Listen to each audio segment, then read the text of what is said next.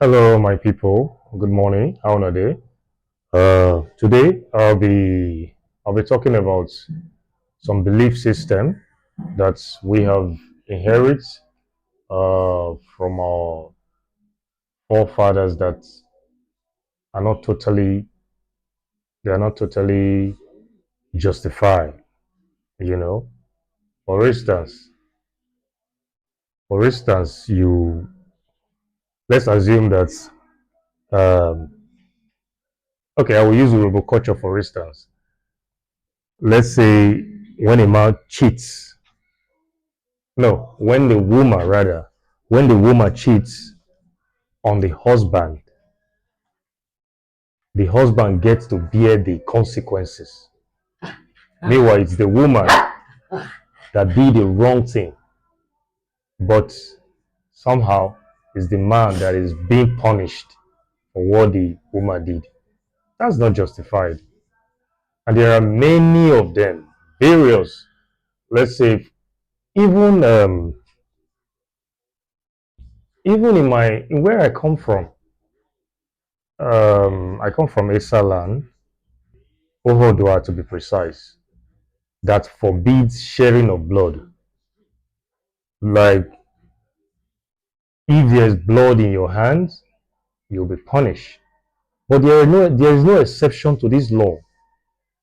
How can someone who's a police officer, which you know, this guy is going to shoot an armed robber in any day, he will need to shoot an armed robber in his line of duty. So, why should that person be persecuted for his living, for doing what he does for a living?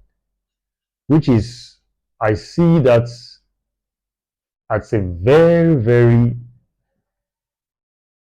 it's a very wrong way of solving a problem, because you cannot you can't just sit down and say this person should take responsibility for this.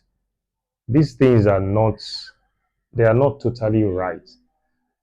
It's obvious that those when they make those decree or the law or the constitution or whatever, it was the problem they were facing at that time. And we all know that problem changes with different generations. So they did not actually look at those things in details. Or um, okay, firstborn, for instance, putting firstborn in charge of all the all the assets of what the man had while he's alive. It's only the firstborn that has the constitutional right to take decision, to, to have final say. But what if a situation that the firstborn does not have that leadership? So the man's legacy, what he intends, the way he wants his family to live while he's gone, is not what is going to be left behind. Because why? The Constitution has put it that the firstborn is the only one that has final say, is the one that can, without him, nothing gets done.